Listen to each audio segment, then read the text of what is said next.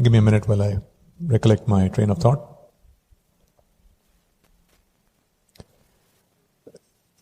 Yeah, so I run a small team, and one of the better things that I've done is to encourage every new hire to be bold. You cannot innovate if you're afraid to speak up. Or if you think that, well, this may not go down well with the boss, this may not be taken seriously, my manager may feel threatened. So, in a way, I've been influenced by the culture that I've known, the professional culture that I've known in the US, where I was from my early youth into my mid-30s. I've really come to appreciate that culture. So, to think that there was a time when I appreciated the perks of getting a PhD and being known as, Dr. Anil Kumar. Once I had the PhD, I didn't care two hoots about it. I tell even the youngest interns at the company, it's a first name culture. You can call me Anil, I can call you Venkatesh, and we can still have mutual respect for each other without having to give this much deference. Because if you show too much deference, how will you be willing to call me out on my crap? That, boss, what are you smoking? This idea is garbage. You'll take us off the cliff. So, it has been important for me to have my teammates feel empowered. I challenge them to challenge me. I encourage them to be bold and speak up. Because I tell them in all humility, I don't have the right answers. Otherwise, we would have been a public company by now. And we're not. Not that I aspire to that, but that is one benchmark of success. Here a startup has taken funding from private investors and has gone public, and everybody gets liquidity, and you go and buy your island or retire in the Bahamas. The other thing is to have this occasional timeout and to detach yourself from thinking about the day-to-day management versus thinking at least on a monthly basis, if not a weekly basis. No, a monthly basis, have these strategy reviews. And that's to make sure that you're not missing out on whatever may be changing, whatever trends may be changing, that you might need to do a little course correction. And it's not just about rewiring your strategy, but even at management, it's one thing to think about, yes, this was a strategy and this is the plan of action, but things keep changing. Look at, even in the last 5 years, how much change there was. COVID hit everybody. You had to deal with, wow, it's not business as usual. Most businesses had to shut down if they were offline business or go on a long sabbatical. And then you had the workforce that was dispersed and remote. Who hasn't dealt with it, right? Whether it's on the employer side or on the employee side. And having to deal with surprises, having to deal with change is part of management. How nimble are you? How responsive are you? How smart are you in adapting to change? And if that weren't enough, I have a long-running thread on Twitter. You're welcome. I invite you to look me up, AKTXT, in which I joke about, I maybe run a business, but I say tongue-in-cheek that I'm in the business of ensuring that my business is in compliance with regulations. Month after month after month. India was what? Number 140 in the global index of ease of doing business. They say it has come up to 70, but it's not 7. And I feel the pain as a business owner, as an operator, that it's still 70. Oh goodness, you have babus who are just happy to put up with some new jump through the hoops like a monkey. Go file this, go file that. It's all part of dealing with the situation. At the same time, a silver lining to it is, when you have these hurdles which might dissuade somebody else, and if you really care about something, care about going after something, you know that, okay, these are going to discourage the other folks, and you just show up without worrying about dealing with these additional hurdles. It means that you're going to be a little ahead already. There are probably other thoughts that I can get into on the integration between innovation and management. But again, I don't have to worry as much in the small organization that I have, because we have enough of a line of sight into what's in the foreseeable future, that already there's enough on our product roadmap, on our innovation calendar, so to speak.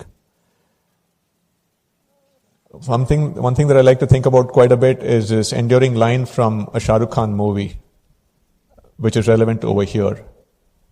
I'm still on my journey as a business owner, looking to take Jodi 65 into delivering more impact at scale, and not just Jodi 65, but the lighter version that we are going to make a lot more noise about.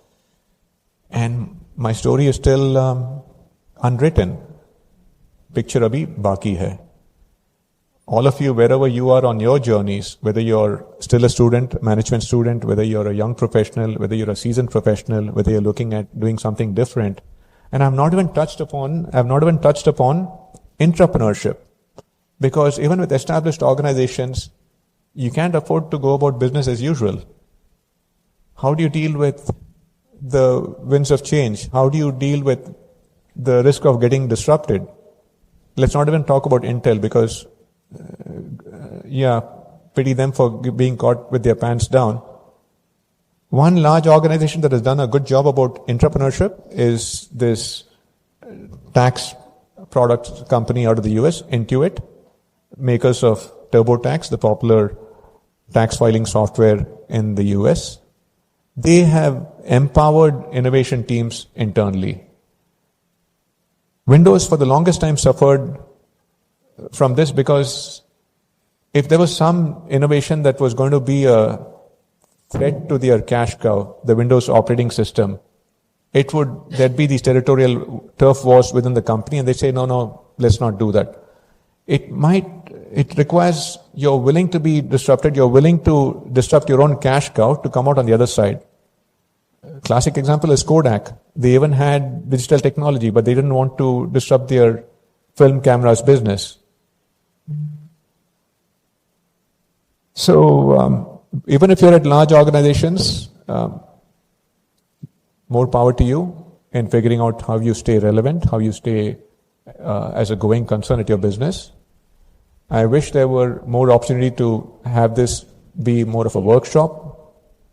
As I tell to my team members, one of the benefits of coming on board and working with me, working at my small company, is that you learn not only from us, you learn with us. There's a lot that I'm sure that I could learn from many of you, both the younger professionals on your perspectives, because you're closer to what's happening on the ground, trends that I need to be aware of running the consumer social product and business that I do, and even the more seasoned professionals among you. I'm going to be here for a little while. I'd love to linger and have it be more of a two-way conversation. But again, I'm thankful Captain Vijay Kumar, Mr. Shiv Kumar, for this opportunity, and to MMA for allowing me to share my perspectives as an operator. Good luck to us all.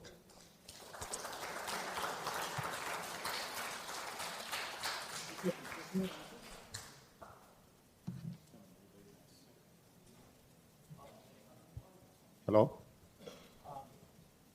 Check. Check. Yeah.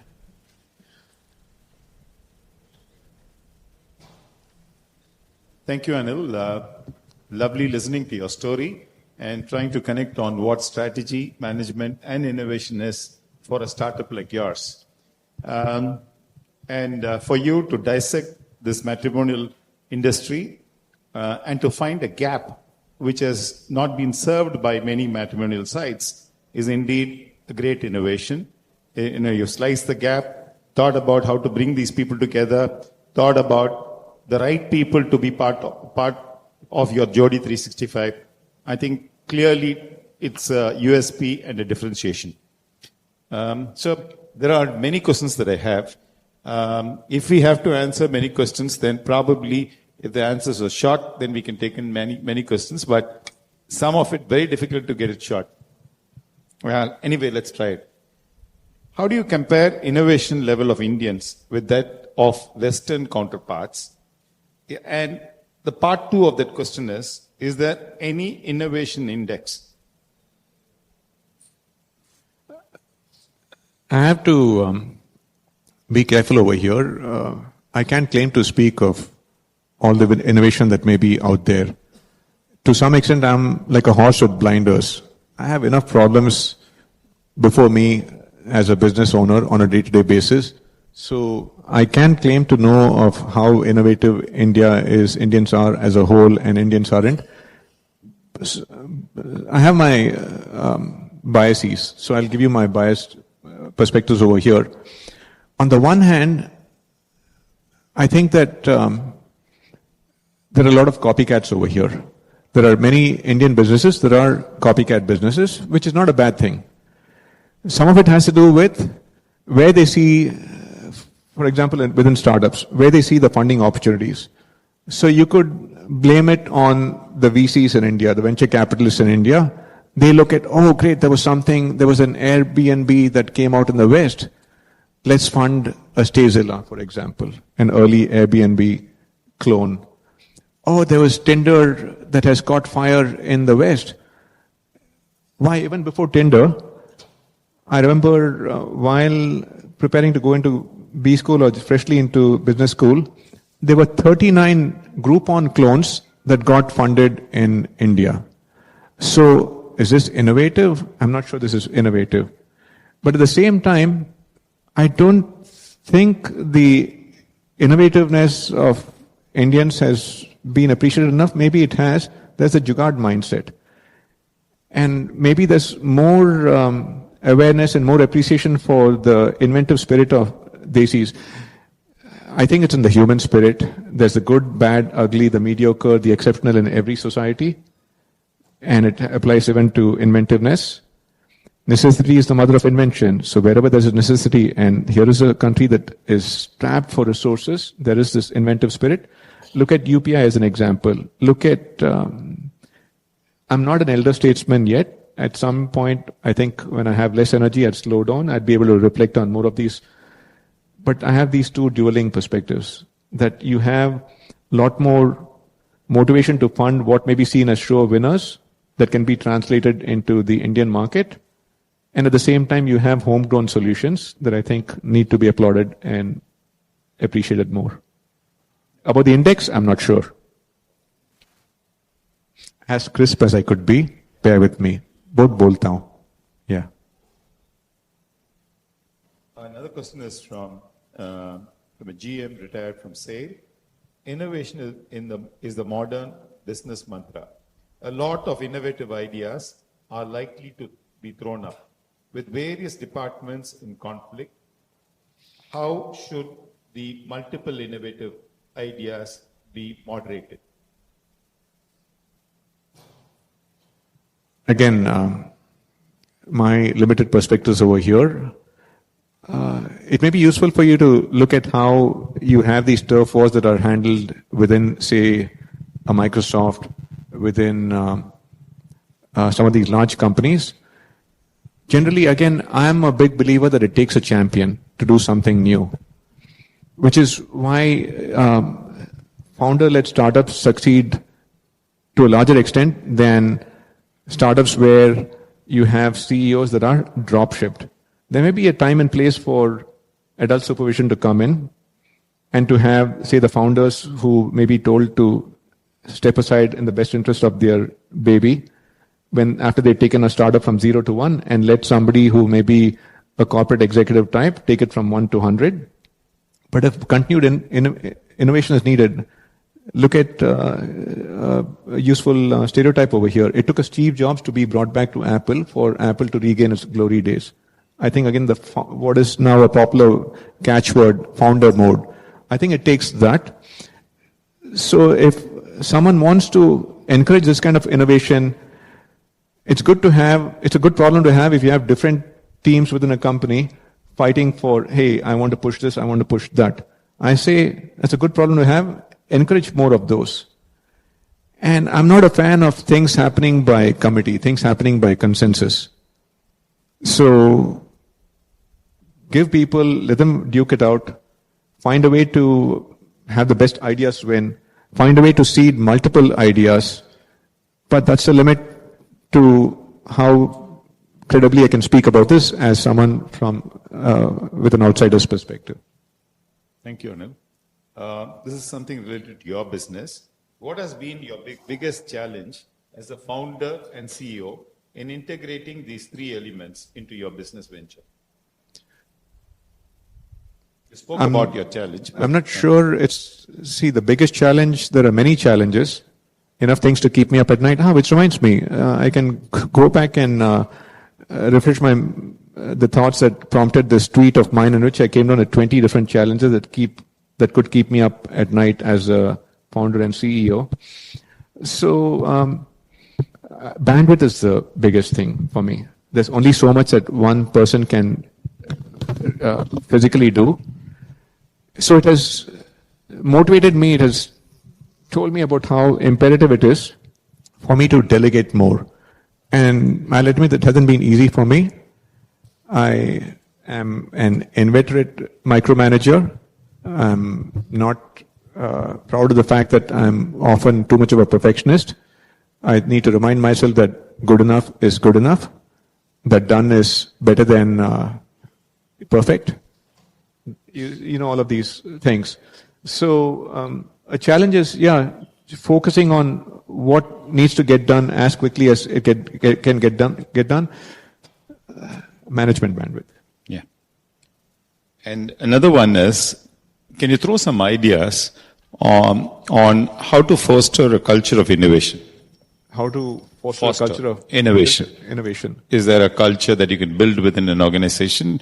And how do you actually bring in innovation as a culture? Yeah. To some extent, I touched upon it, which is encouraging that spirit, encouraging that creative spirit, and letting people know that it's okay to fail. Because this, for good reason, this long-held corporate wisdom in companies in the US, nobody gets fired for hiring IBM, right? Because that's the conservative bet. Whereas if you think that, there's a great startup that's an alternative to IBM, that, look, they're offering cloud services or they're offering this analytics. If that goes south, some heads would roll. So someone who may be a VP of, say, marketing would be hesitant. So one of the best things that you can do is to allow people the freedom to fail if they make a gutsy decision. It's okay. Because you can't come up with something new without falling short most of the time. And that's how, in my small way, I've been encouraging people to be bold, to speak up, and it's okay to make mistakes. Learn from mistakes. But yes, to be bold. Yeah, thank you. So can you share insights into the role of AI and data analytics in enhancing strategy and innovation? Is there a role of AI? In enhancing data and data analytics in enhancing strategy and innovation. So it's interesting that you asked this, because I think AI is a useful tool in many facets of our daily life, our work life. I don't think you can expect AI to be your genie that lays it all out. But at a minimum, what are the things that you may be overlooking? What are the, at least low-hanging fruit that you should be thinking about? I'll even go as far as saying that if you want somebody to come and give a talk on strategy, management, and innovation, you can ask a chat GPT to write things up, because you have the accumulated knowledge of humanity through these LLMs, and you'd get a big picture understanding of these three pillars. But then it's something else to translate that into real world experiences that may be out of its reach yet. So look at it as a useful tool, as, say, cross-checker, as in, have I considered this, or have I overlooked something? Or at a minimum, start at a higher level to have a better foundation using AI. It's for good reason people say, think of it as an intern. So if I had, say, no intern, I'd say, hey, look, what should I think about when it comes to strategy in this industry? And not doing it, I think, would mean that you might get left behind by somebody who is able to be more resourceful, more productive, having these smart interns at their disposal. Thank you. What common mistakes do business make when trying to integrate innovation into their strategy? I can speak about my mistakes. What common mistakes do businesses make? I'm not sure they think enough about innovation. I could be wrong. I'm not sure. Maybe they don't, as I've long felt, maybe they don't have the luxury to think about innovation. We get really caught up in the day-to-day in management mode until they get disrupted. So common mistake maybe, and then the other thing maybe more so in our culture, this culture of deference, as in, most decisions are made by Hippo, the highest paid person in the office. That's a disaster for a culture of innovation. But I don't have a wide enough lens. I don't have a bird's eye view of things, so I limit myself to my anecdotal data. Fantastic. This is a question which you may like. How has your background in research, engineering, and entrepreneurship influenced your approach to strategy and innovation? I am who I am. I am what I am, for better or worse. I've been informed by my experiences.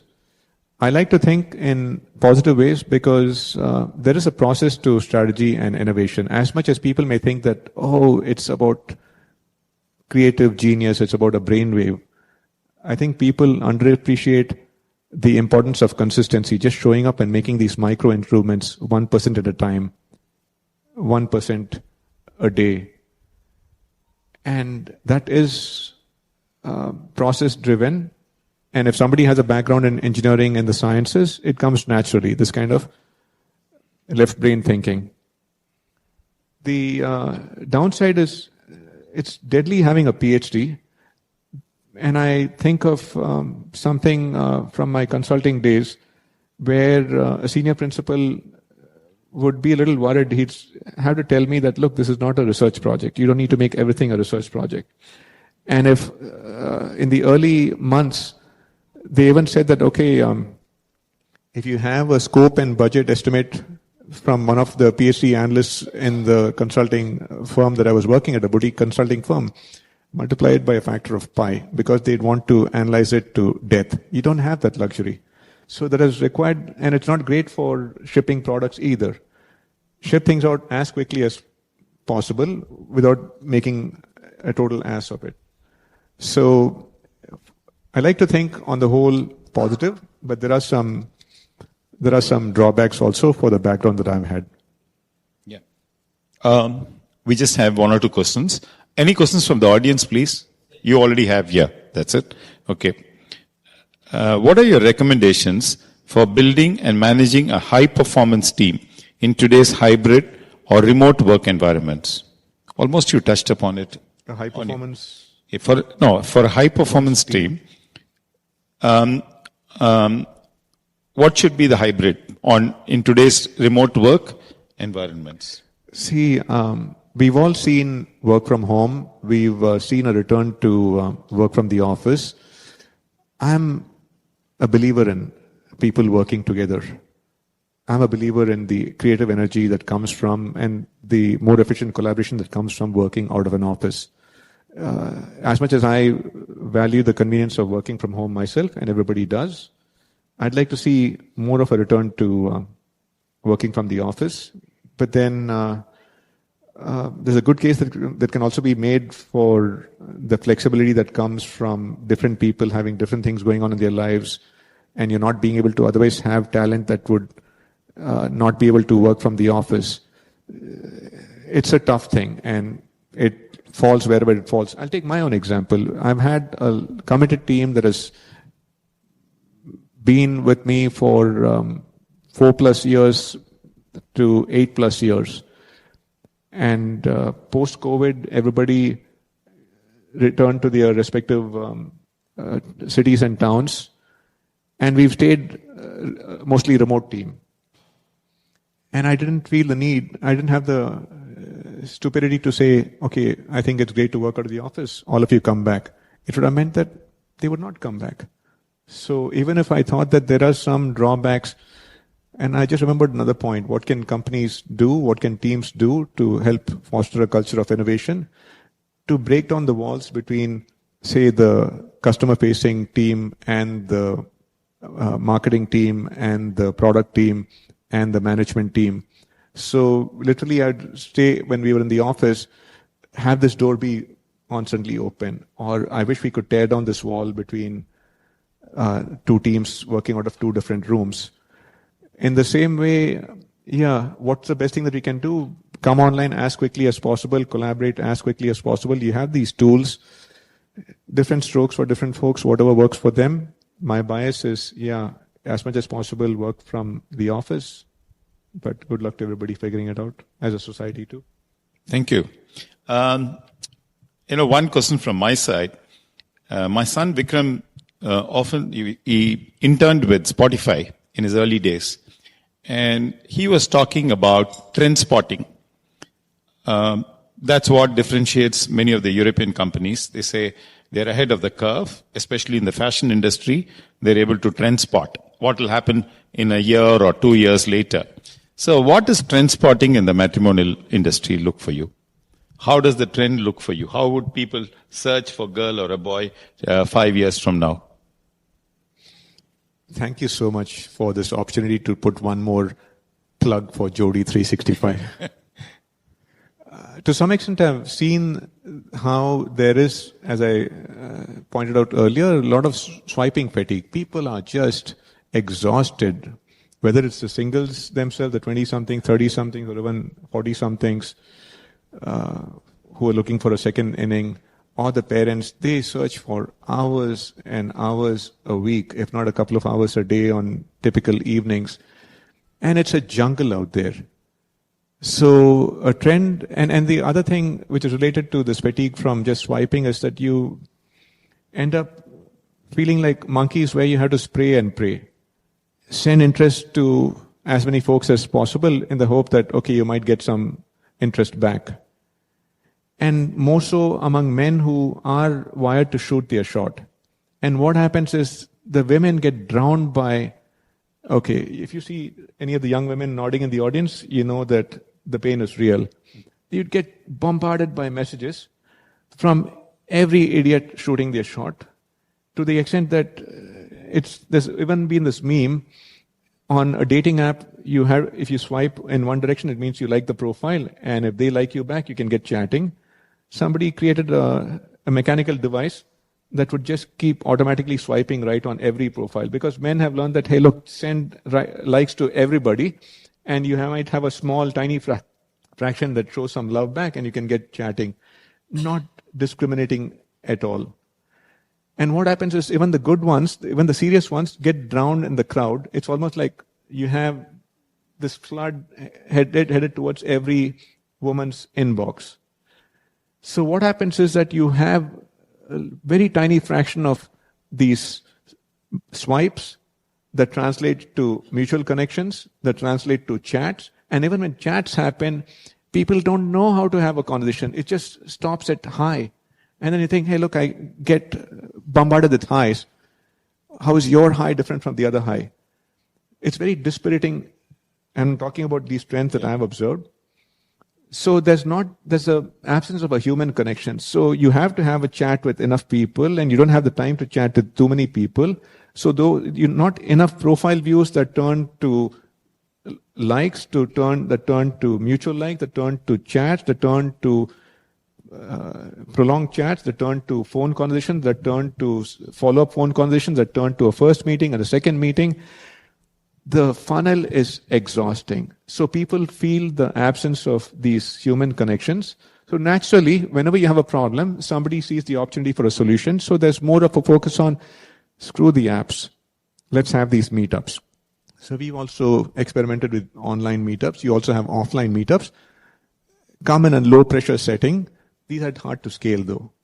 And the other thing is, if someone is serious and you don't have the time to go through the whole process, how we've responded, also by making it purely personalized. In the future, I think AI is a tool. There's probably a lot of value in getting more guidance from an AI tool that help you have a conversation. So it's like having not just an intern, but a coach by your side.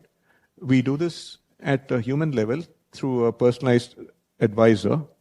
There are elements that can be productized, but then if there were a different discussion on how, if I was starting a business today, having learned all that I have from all the mistakes that I've made over the last 15 years, how differently I would do it, I would focus on serve people, learn from people, and then think about productizing it.